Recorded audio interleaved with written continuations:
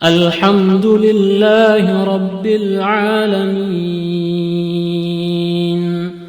السلام عليكم ورحمة الله وبركاته.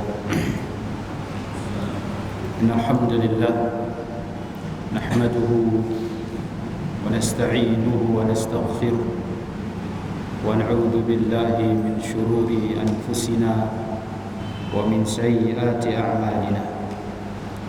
من يهده الله فلا مضل له ومن يضلل فلا هادي له. أشهد أن لا إله إلا الله وحده لا شريك له وأشهد أن محمدا عبده ورسوله صلى الله عليه وعلى آله وصحبه وسلم. Alhamdulillah, kita panjatkan syukur kita kepada Allah Tabaraka wa Ta'ala.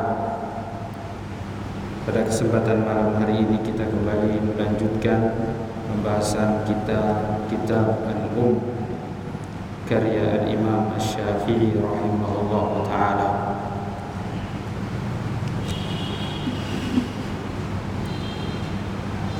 Pembahasan kita masih berkaitan dengan masalah adzan, masih seputar adzan, di mana kita sampai pada bab al-kalam fil adzan, hukum berbicara ketika lagi adzan. Ketika di pertengahan adzan atau sedang adzan, lalu kita berbicara atau kita diajak bicara oleh orang, boleh tidak? Pas mengumandangkan adzan lalu kemudian ada sesuatu yang ingin disampaikan kepada orang, atau ada orang yang ingin menyampaikan kepada kita sesuatu, lalu kita pun bicara, hukumnya bagaimana? Bicara di tengah adzan, misalnya sudah sampai di asyhadu anna Muhammadar Rasulullah, lalu kita mungkin ada hajat, kebutuhan mau bicara.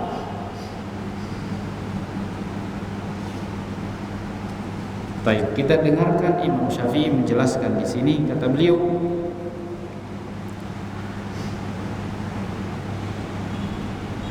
wa uhibbul muadzina an la yatakallam hatta yafrugha min adani. Saya lebih suka jika muadzin tidak berbicara ketika dia adzan kecuali setelah dia selesai adzan.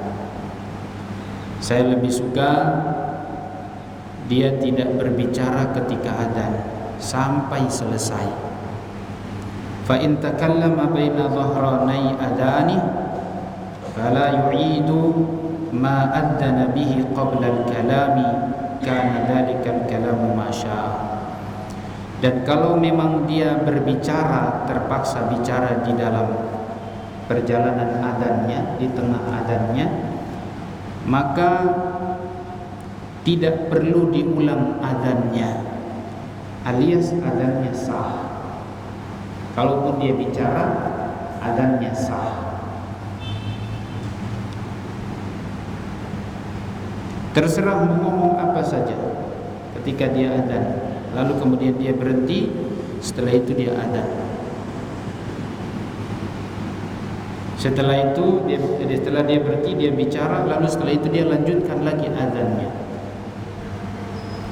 Kata Imam Syafi'i boleh, tidak perlu diulang adzannya.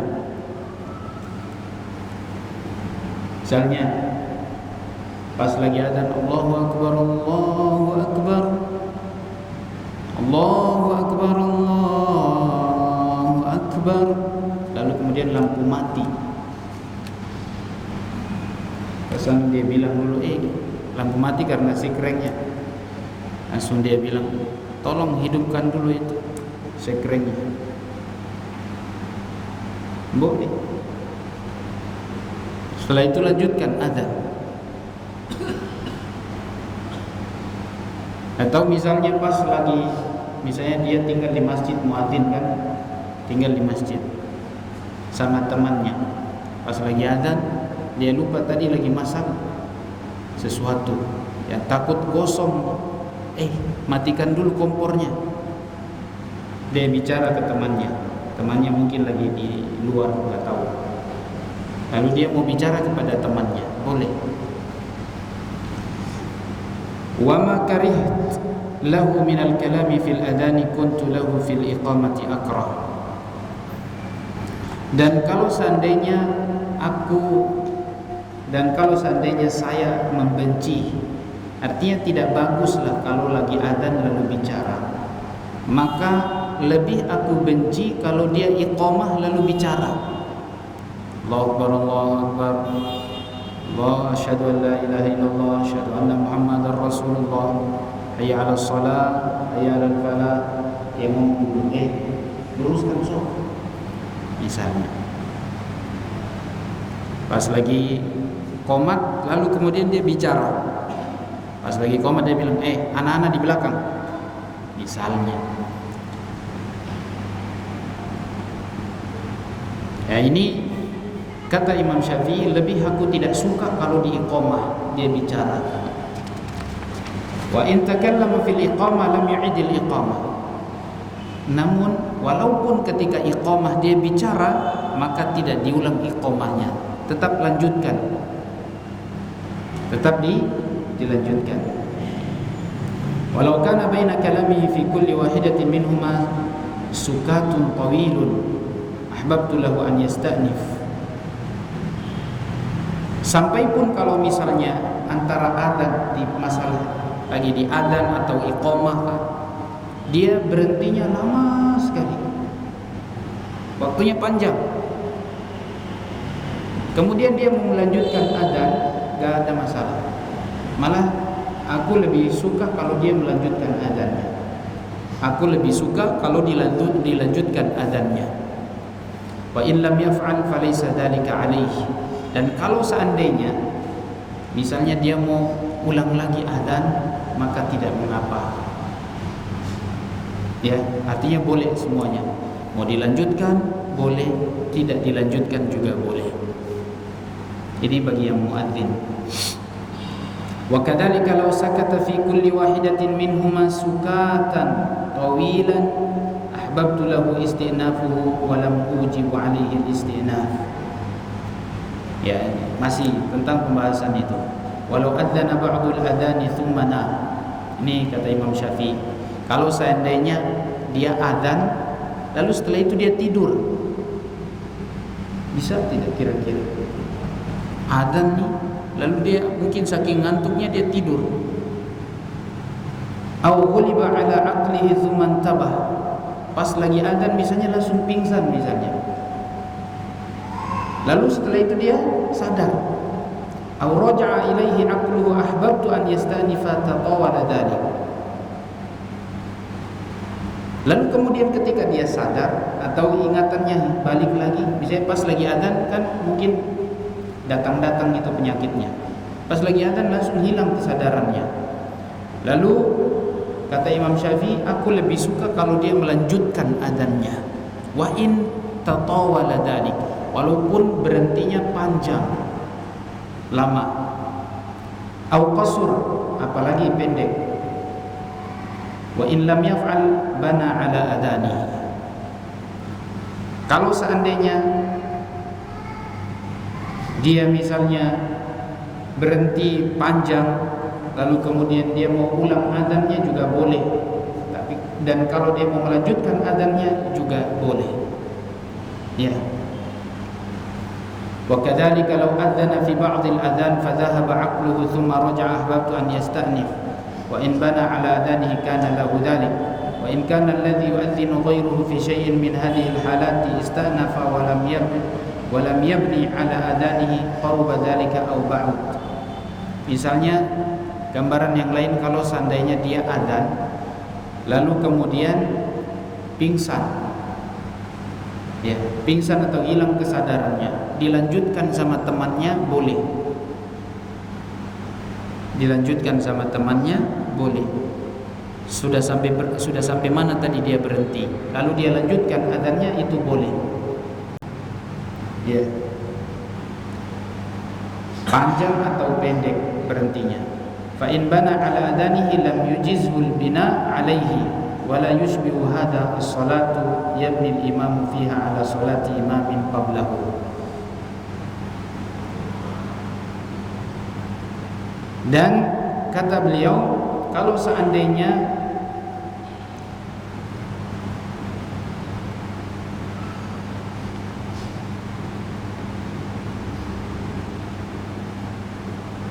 mohon maaf, salah terjemahan. Ketika misalnya dia pingsan atau hilang kesadarannya, lalu kemudian diganti sama orang lain, maka bukan dilanjutkan, tapi diulang lagi. Harus diulang dari awal, mohon maaf. Fa in bana ala adanihi lam yujizhul bina. Kalau seandainya mau dilanjutkan atas adzan yang pertama tadi, maka tidak boleh. Wala yushbihu hadha as-salata yabni al-imam fiha ala salati imamin qablahu. Karena adzan ini tidak sama dengan imam. Kalau imam misalnya pas lagi imam lagi sholat kemudian batal, dia keluar, yang makmum maju melanjutkan yang imam.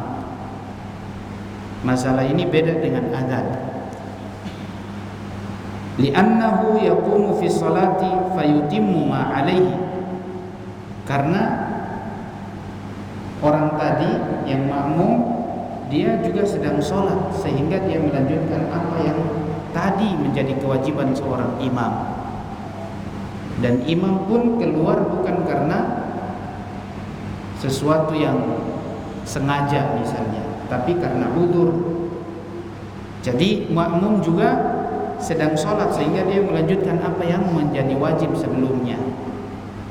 Wa hadza la ya'udu fayutimmul adzan ba'da faraghi. Maka seorang muadzin itu tidak sama dengan imam.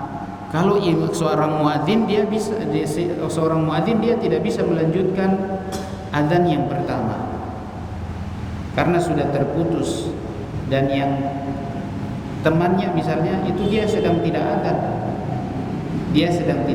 jadi dia di luar sana, tidak nyambung maksudnya. Kalau orang sholat kan nyambung, dia masih di dalam sholat juga. Kalau orang muadzin dia lepas, yang ini tadi muadzin lalu kemudian hilang kesadarannya, lalu dia berhenti, datang temannya. Ini yang ini kan di luar sana, tidak nyambung. Walianna mabtada'a min as-salati kana awwala salatihi wa la yakunu bi awwalil adani syai'un ghairu takbir. Ya, ini pembahasan sudah ini. Kemudian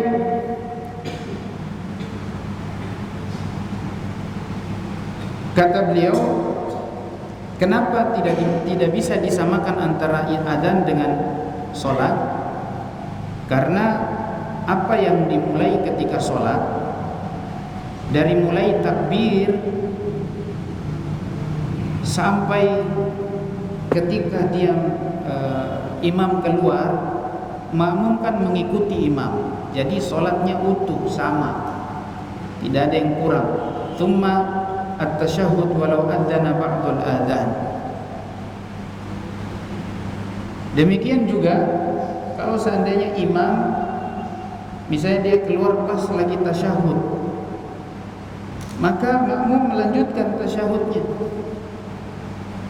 Tsummartadda ahbabtu an yatruka ya'uda li adanin wa la yusalli bi adanihi wa ya'ummu ghayruhu fihi fayu'adzinu adanan musta'nafa.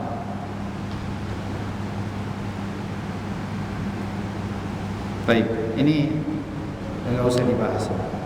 Jadi kata Imam Asy-Syafi'i, kalau seandainya kita adzan lalu berhenti, mau dilanjutkan sama teman, boleh dilanjutkan tapi diulang dari awal. Tapi kalau menyambung adzan yang pertama tidak boleh. Hal ini beda dengan kondisi seorang imam keluar dari sholat lalu dilanjutkan oleh makmumnya yang di belakang, karena statusnya mereka beda. Kalau orang yang sholat dia sedang mengikuti imamnya, dia sedang dalam sholat sehingga dia menyempurnakan apa yang menjadi kewajiban dia sebelumnya. Adapun muadzin, dia di luar sholat, dia di luar adzan, dia tidak sedang dengan muadzin. Ya, itu kata Imam Asy-Syafi'i, alasan beliau. Kemudian dalam bab ini tadi sudah disebutkan tentang bicara tadi ya, kita berbicara ketika dalam keadaan adzan. Bukan pas mengucapkan asyhadu an la ilaha illallah lalu bicara, bukan.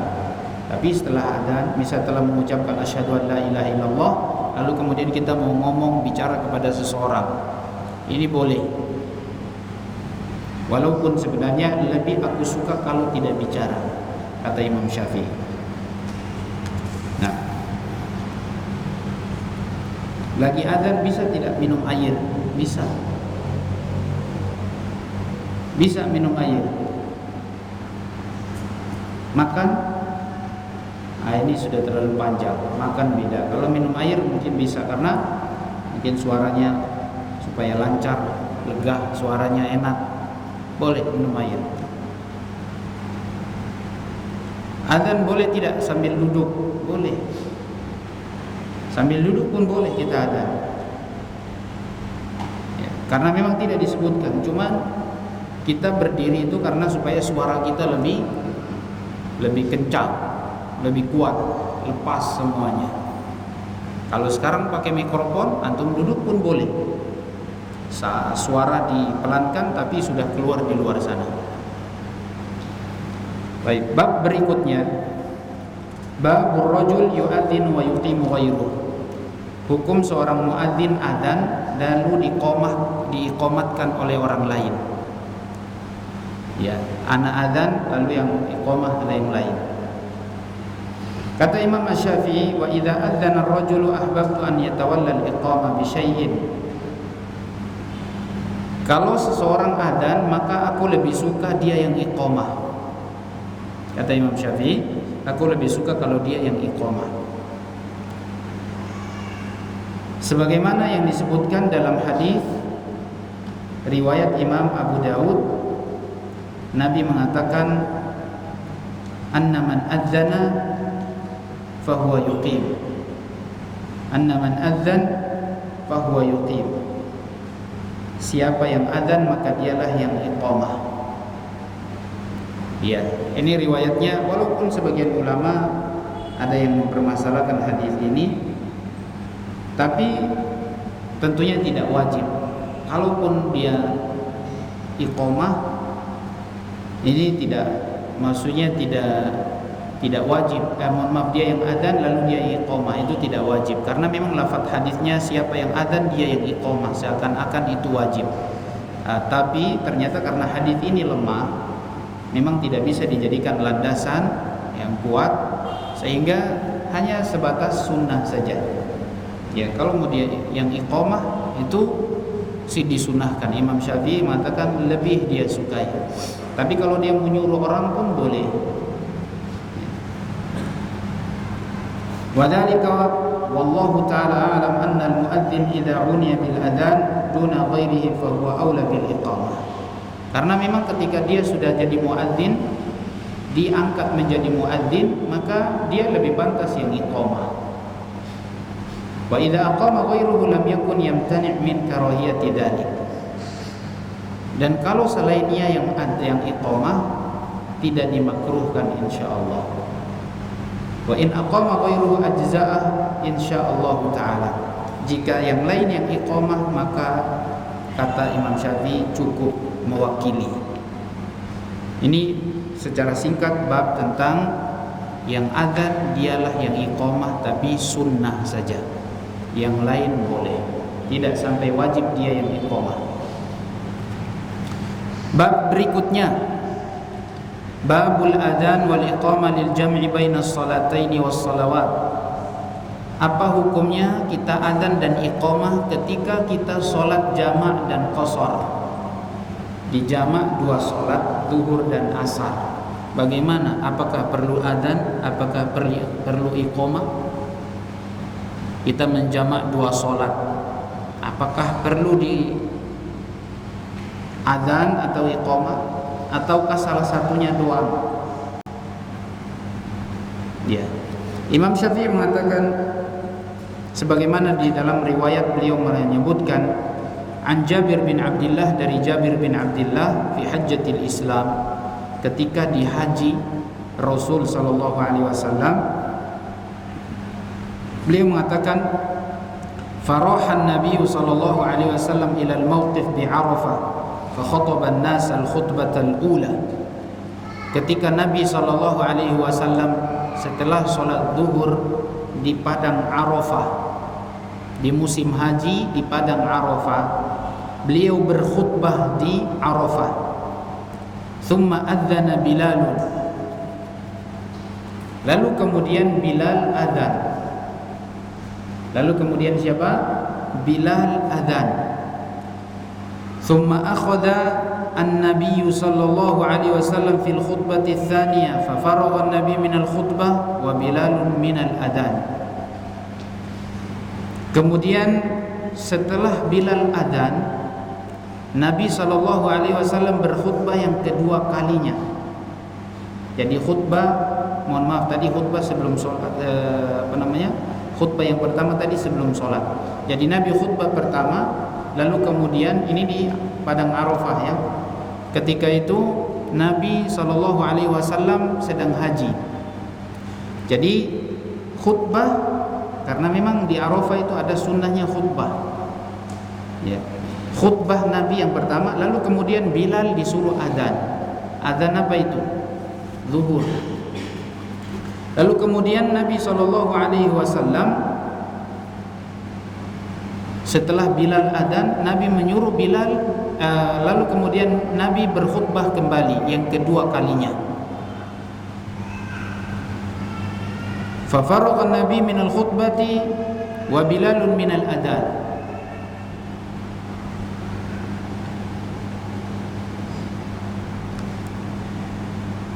Setelah Nabi selesai dari khutbah yang kedua dan Bilal juga sudah selesai dari adzan tadi ya, thumma aqama Bilalun wa shallat zuhur.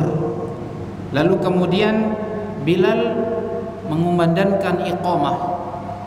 Iqamah untuk salat zuhur. Ya, salat zuhur iqamah. Thumma aqama wa shallal asar. Lalu kemudian iqamah lagi untuk salat asar. Jadi Nabi itu sunnahnya mulai setelah zawal itu sholat zuhur di jamak qasar, zuhur dan asar di jamak di waktu zuhur. Karena memang sunnahnya adalah ketika setelah adzan dan setelah sholat di jamak semuanya, ini semua selesai sholatnya, ini waktunya sampai maghrib diisi dengan doa. Bagi yang haji, ketika dia sudah selesai sholat zuhur dan asar di jamak, di qasar, selanjutnya dia diberikan kebebasan untuk berdoa sebanyak-banyaknya sampai matahari terbenam. Itu sunnahnya begitu. Makanya ada hikmahnya digabung sudah sholatnya, di qasar sholatnya dan tidak memberatkan. Dari situ kita berdoa. Intinya di sini adalah hadis ini menjelaskan tentang apa? Iqamah di dua sholat tersebut. Jadi adzan selesai, kemudian sholat zuhur qomat untuk sholat zuhur. Selesai sholat zuhur, mau sholat asar qomat. Bilal iqamah. Berarti adzan dan iqamah dua kali. Adzannya satu kali. Adzannya berapa kali? Satu kali. Adzan sekali, iqamah dua kali. Kemudian ada riwayat yang dikatakan di sini, kata Abu Sa'id Al-Khudri radhiyallahu anhu, hubisna ketika kami di perang Khandaq, kami ketinggalan sholat zuhur dan asar. Yaumal Khandaq yani salati hatta kana ba'da al-maghrib, sampai setelah maghrib. Jadi kami tidak sholat asar sampai maghrib. Bihawiyin minal laili hatta kufina, sampai kami selesai sudah mau isya lagi, sampai setelah maghrib sebelum isya. Wadzalika qaulullah azza wa jalla wa kafallahu almu'minina alqital wa kana Allahu qawiyyan aziza. Fada'a Rasulullah sallallahu alaihi wasallam Bilalan fa'amarahu fa'aqama adh-dhuhr fa shallaha. Karena kami sibuk dengan perang, tidak sholat zuhur, tidak sholat asar sampai setelah maghrib. Setelah selesai urusan kami, artinya sudah aman, karena di perang Khandaq tahun ke-5 Hijriah ya. Setelah sudah tenang, Rasulullah memanggil Bilal. Bilal sini adzan. Mohon maaf, Bilal disuruh langsung iqamah.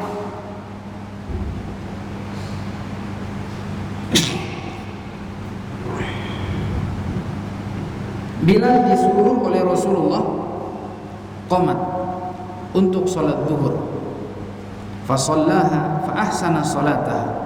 Lalu kemudian salat zuhur sebaik mungkin. Kama kana yusalliha fi waqtiha, sebagaimana beliau salat pada waktunya. Pokoknya salat 4 rakaat ya. Tenang, tidak buru-buru.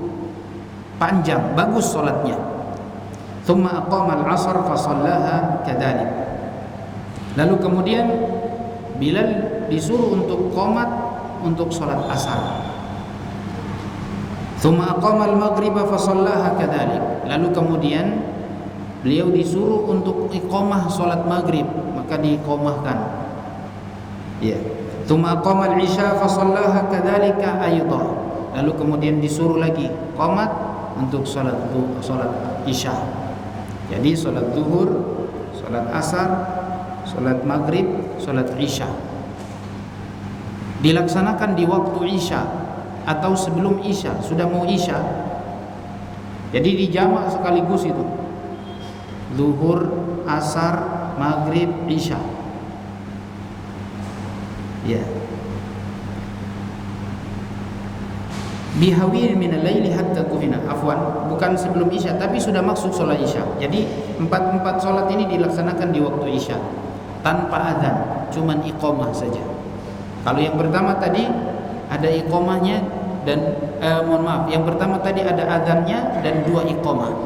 Riwayat yang kedua dari sahabat Abu Sa'id Al-Khudri, kata beliau ketika di perang Khandaq, Rasulullah langsung memerintahkan Bilal iqamah tanpa adzan. Iqamah untuk sholat zuhur, iqamah untuk sholat asar, iqamah untuk sholat maghrib, iqamah untuk sholat isya di waktu isya.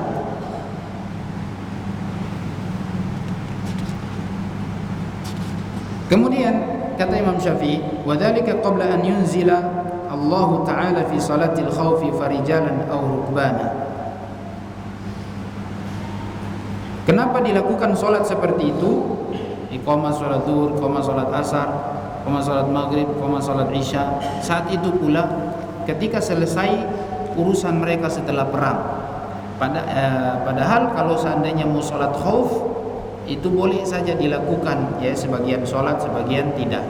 Tapi karena perintah atau syariat sholat khauf belum turun, nanti setelah itu ketika peristiwa perang Khandaq inilah kemudian Rasulullah mendapatkan wahyu tentang syariat sholat khauf.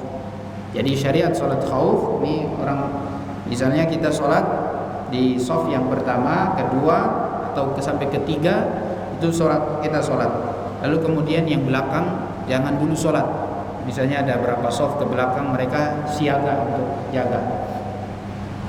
Ketika imam sampai sudah selesai rakaat yang pertama ya, kemudian rakaat yang kedua selesai, lalu kemudian yang giliran yang kedua masuk mengikuti imam. Giliran yang ketiga nanti jangan dulu, siaga dulu ya, nanti siaga dulu. Yang sebagian masuk ketika di 2 rakaat. Kemudian sampai imam selesai, sudah mau selesai, mau salam, baru yang terakhir masuk dalam sholat. Pokoknya dia semua selesai, atau paling enggak dia terakhir di rakaat yang terakhir.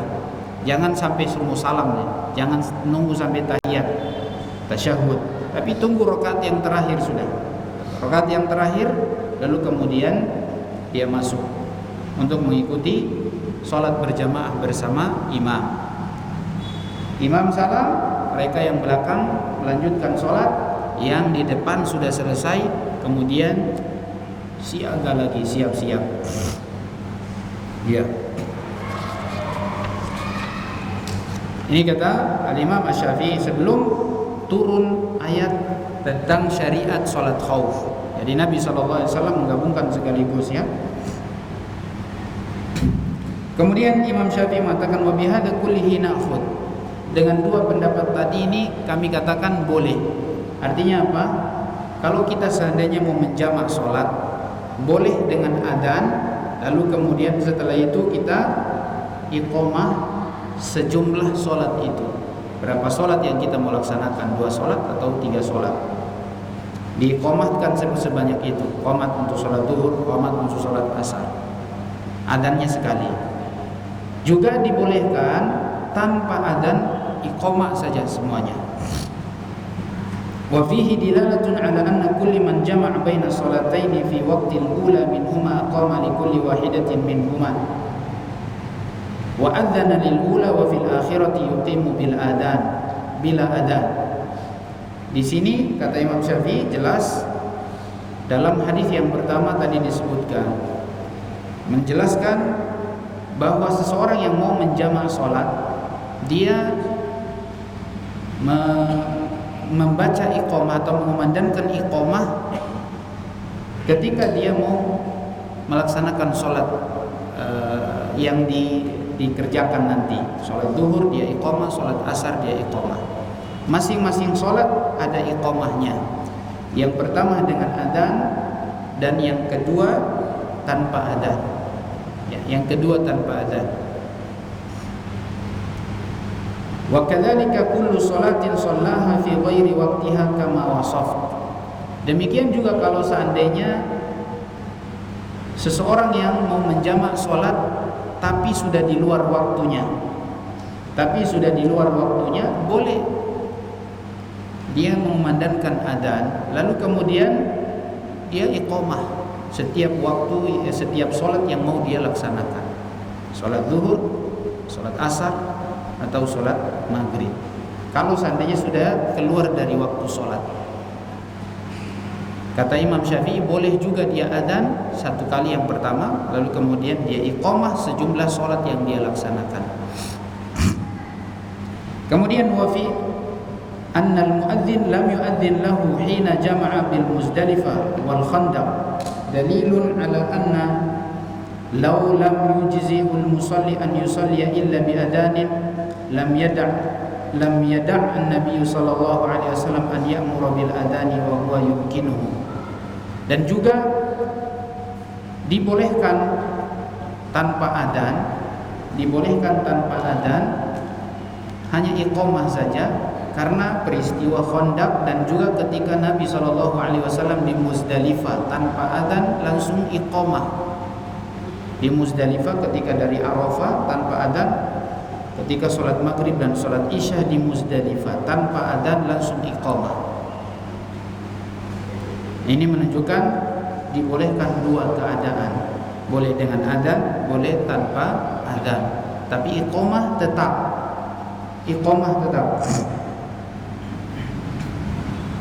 Wa mawjudun fi sunnatin Nabi sallallahu alaihi wasallam in kana hadha fil adzan. Wa kana al-adzan ghairu sholati an yakuna hadha fil iqamati hakadha li'annahu ghairu sholati. Wa qala an-nabiy sallallahu alaihi wasallam fi shalah fama adraktum fasallu wa ma fatakum faqdu. Tentang hukum qada salat ya, hukum mengqada salat. Apabila kita sudah keluar dari waktu salat, dari waktunya, maka kita melaksanakannya dengan qada. Jadi hukumnya qada. tapi tetap dia hukumnya menjamak. Tetap hukumnya menjamak. Kita mengqadha, tapi hukumnya menjamak. Wa man adraka akhir as-salati faqad fatahu an yahdura adanan wa iqamatan wa lam yu'adhdhin li nafsihi wa lam yuqim wa lam a'lam mukhalifan fi annahu idza ja'a al-masjid wa qad kharaja al-imam min as-salati kana lahu an yusalli bila adanin wa la iqamah. Dan kalau seandainya seseorang yang misalnya mendapatkan akhir solat dari sebuah solat jamaah, dia sudah tidak lagi mendapatkan rakaatnya imam, sudah selesai imamnya di suatu masjid, an yahduru adanan wa iqamah.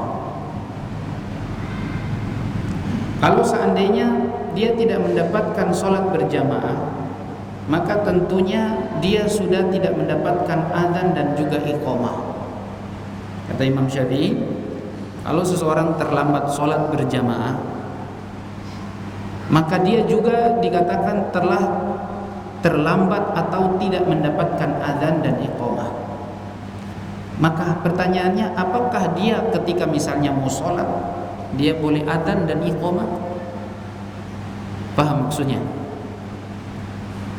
Ada seorang makmum masbuk, dia datang, bukan masbuk, dia datang masjid sudah terlambat. Kata Imam Syafi'i, orang ini tidak mendapatkan adzan dan juga iqamah. Ketika dia tidak mendapatkan adzan dan iqamah, maka bolehkah dia adzan dan iqamah untuk sholat sendiri? Kata Imam Syafi'i, walam yuqim. Kata beliau, walam yu'adzin li nafsihi walam yuqim walam a'lam mukhalifan fi annahu idza ja'a al-masjid. Kata Imam Syafi'i, tidak boleh adzan, tidak boleh iqamah. Kalau seandainya sudah di akhir sekali, lalu kemudian dia mau masuk sholat, maka kata Imam Syafi'i tidak boleh adzan juga dan tidak boleh iqamah. Walam a'lam mukhalifan fi annahu idza ja'a al-masjid wa qad kharaja al-imam min as-salati kana lahu an yusalli bila adzanin wala iqamah. Dan tidak ada pendapat lain yang menyelisihi pendapat saya ini, maksudnya kata beliau. Aku tidak mengetahui ada pendapat lain yang menyelisihi pendapat saya tentang ada orang yang sholat terlambat, dia datang, ya, lalu kemudian imam sudah selesai. Pendapat para ulama tidak perlu adzan, tidak perlu iqamah, ini tidak ada yang menyelisihi. Langsung sholat saja, langsung sholat.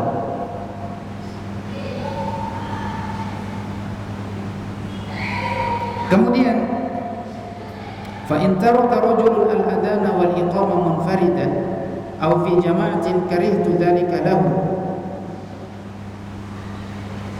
wa laysat alayhi i'adatu ma shalla bi ila adanin wala iqamah wa kadzalika ma jama'a bainahu wa farraqa min as-salawat.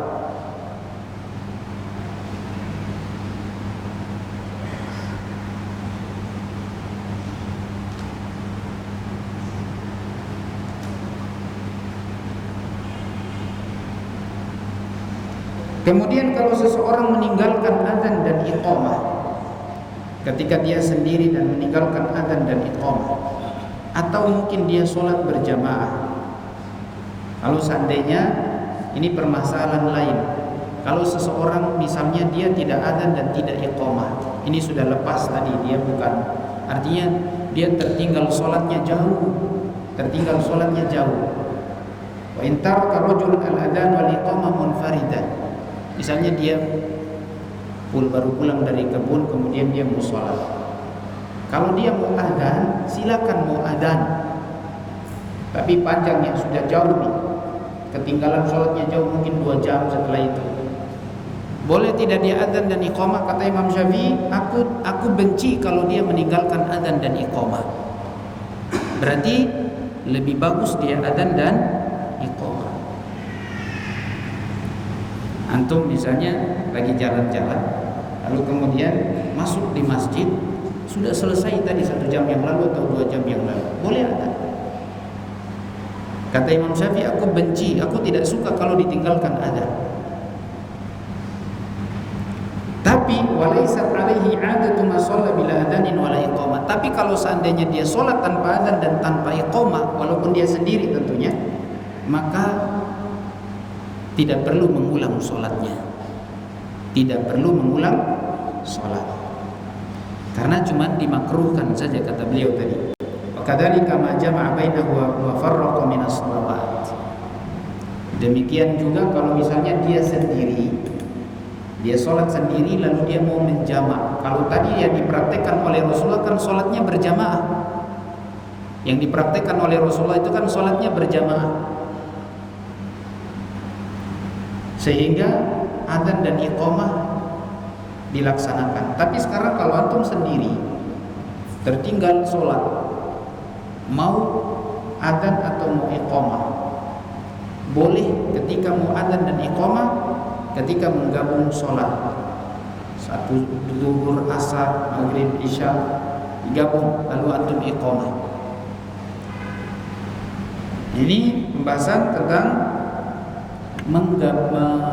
hukum adzan dan iqamah ketika menggabungkan dua sholat atau lebih. Dua sholat atau lebih. Kemudian ijtiza'ul mar'i bi adani ghairihi wa iqamatihi wa illam yuqim lahu. Hukum tentang seorang yang sholat sudah menggantungkan adzan dan iqamahnya kepada yang lain walaupun dia tidak iqamah. Hukum tentang apa? Adzan dan iqamah yang sudah digantungkan, sudah diserahkan kepada yang lain. Misalnya masjid, dua masjid berdekatan, antum terdengar adzan dan iqamahnya satu masjid, diserahkan sudah, gak usah kita iqamah, gak usah adzan, pakai adzan dan iqamahnya masjid tetangga. Boleh tidak? Nah, kita dengarkan di sini. Kata Umar bin Khattab radhiyallahu anhu, sami'a an-nabiy sallallahu alaihi wasallam rajulan yu'adzinu lil maghrib. Nabi pernah mendengar seseorang adzan maghrib. Faqala an-nabiy sallallahu alaihi wasallam, lalu Nabi mengatakan misla ma qala fantaha an-nabi. Lalu kemudian Nabi mengikuti adzan yang diadzankan, yang dikumandangkan oleh muadzin tersebut. Allahu akbar, Allahu akbar. Baca, dia juga ikuti Allahu akbar, Allahu akbar. Asyhadu an la ilaha illallah, kita juga ikuti asyhadu an la ilaha illallah. Mengikuti adzan seorang muadzin. Jadi Nabi mengikuti adzannya orang tersebut. Fantaha an-nabiyyu ila ar-rajul wa qad qamatis shalah. Lalu kemudian setelah itu Nabi SAW datang mendatangi orang yang adzan tersebut. Waqad qamatis shalah, padahal qomatnya sudah selesai. Artinya setelah selesai qomat baru Nabi SAW datang. Faqala Nabi SAW inzilu fasallu fasalla al-maghriba bi iqamati dzalikal 'abdil aswad. Turunlah, ayo ikuti sholat. Maka para sahabat pun ikut sholat dengan adzan yang tadi dikumandangkan oleh muadzin dan iqamah yang dikumandangkan oleh muadzin tadi. Para sahabat pun sholat dan Nabi pun sholat. Sholatnya sholat maghrib bi iqamati dzalikal 'abdil aswad, di mana yang iqamah tadi itu adalah seorang budak hitam. Seorang budak hitam. Di situ dikatakan budak hitam adalah Bilal. Ya, katakan bahwasanya yang iqamah di sini adalah Bilal. Karena memang Bilal adalah budak dan beliau adalah orang yang berkulit hitam. Jadi yang iqamah yang lain, yang adzan yang lain. Orang yang adzan lain dan iqamah yang lain. Lalu kemudian yang sholat di belakang ini Nabi SAW dan sahabat-sahabatnya, mereka dengar azan tapi iqamahnya sudah selesai. Jadi dia tidak hadir. Ketika iqamah dia tidak ada, Nabi tidak ada di situ. Pertanyaannya adalah apakah boleh mengikuti sholat dengan iqamahnya orang tersebut padahal kita tidak hadir di situ? Maka jawabannya boleh. Walaupun kita datang sudah iqamah, itu gak ada masalah. Kita mengikuti sholat yang diiqamahkan oleh orang lain.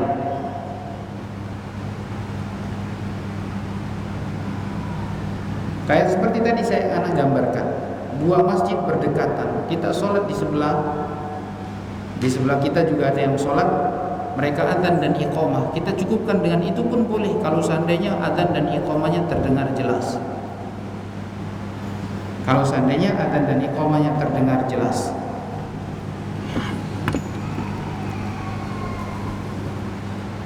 Kemudian Imam Syafi'i mengatakan wa bihadza na'khudhu wa naqul, dengan dalil ini kita berpendapat yusalli rajul bi adani rajul lam yu'adzin lahu wa bi iqamatihi wa adanihi wa in kana a'rabiyan.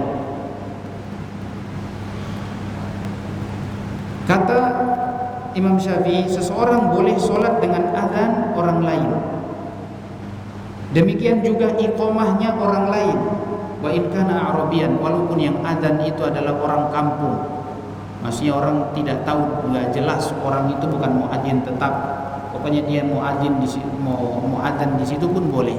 Lalu kita sholat dengan adzan dan iqamahnya dia. Ini pembahasan ini dibahas karena mungkin kita kadang-kadang ketika jadi muadzin mungkin tidak mengizinkan orang lain adzan. Maka ketika ada orang lain yang adzan dan iqamah boleh, lalu kita sholat mengikuti adzan dan iqamahnya orang tersebut. Nah, au aswad, atau mau kulit hitam kah, gak ada masalah. Dia iqamahnya dia mau kulit putih, kulit hitam tidak ada masalah. Au abdan, atau seorang budak, tidak pengaruh. Au ghairu faqihin, atau misalnya kurang faqih, dia bukan orang faqih. Idza aqama al-adhan wal iqamah wa uhibbu an yakuna al-muadhdhinuna kulluhum khiyarun nas li isyrafihim ala awratihim wa amanatihim ala al-waqt. Walaupun kata Imam Syafi'i, aku lebih suka kalau yang jadi muadzin itu adalah orang-orang yang terbaik, orang-orang baik, ya, bukan para peminum khamr, bukan pemain judi, bukan para misalnya pelaku maksiat. Kata beliau, mau kulit hitam, mau kulit putih, mau orang hamba sahaya, yang jelas dia harus orang baik. Intinya adalah dia orang baik. Boleh dia adzan.